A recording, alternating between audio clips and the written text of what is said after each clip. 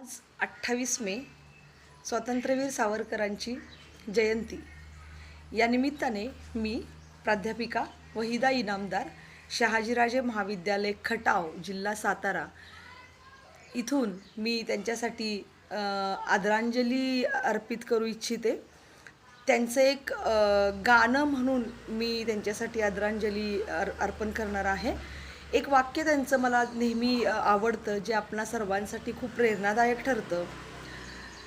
देहाकडून देवाकडे जाताना मध्ये देश लागतो आणि त्या देशाचे आपण काही देणे लागतो. नेमजसीने परत मातृभूमीला, सागरा प्राण तळमळला, तळमळला सागरा. नेमजसी